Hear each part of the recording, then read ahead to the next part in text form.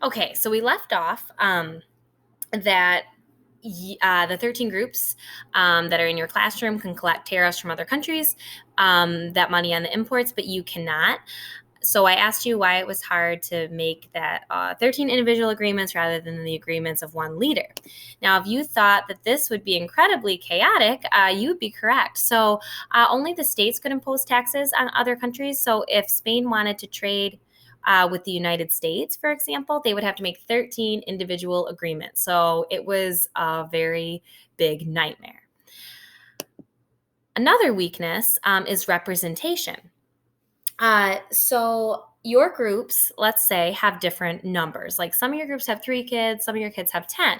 Each group gets one vote. It doesn't matter if you have 3 kids or 10 kids. So, and these, whatever you're voting on, these are going to be affecting the entire country, the entire classroom. So, what makes that hard or unfair? Again, pause the video. If you said that it would be unequal, you'd be correct. So, for example, 750,000 people live in Virginia at the time, and 68,000 live in Rhode Island.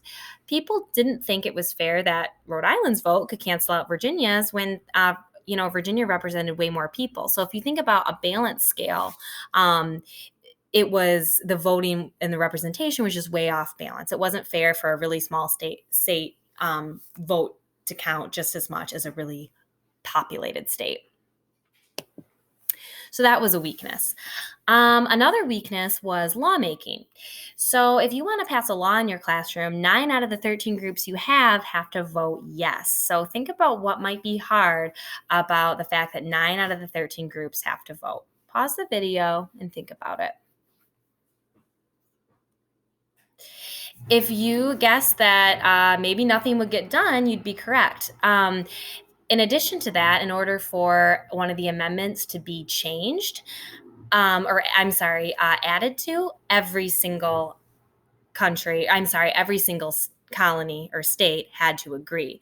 So half the time, the state's representatives would not even attend the meeting, so lawmaking was really impossible.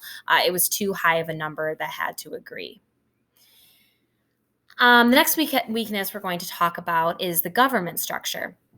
So today we have 3 branches of government.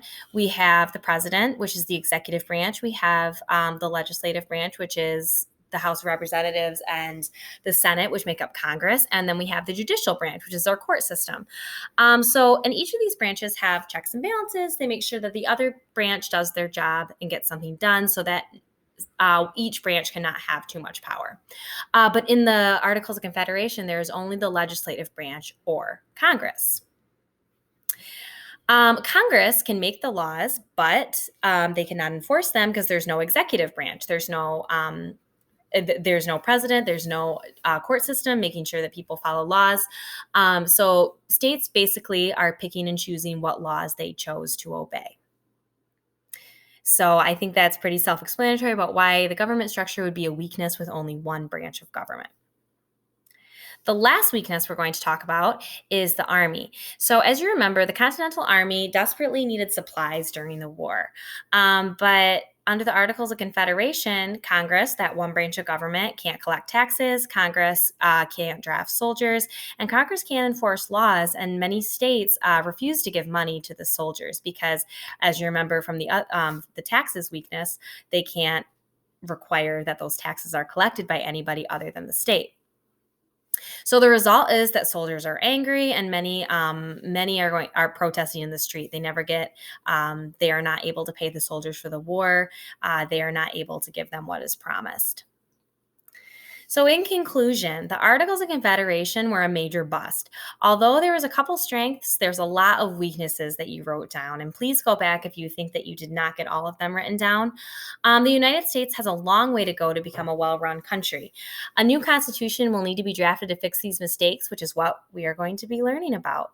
So I will see you for our next lesson.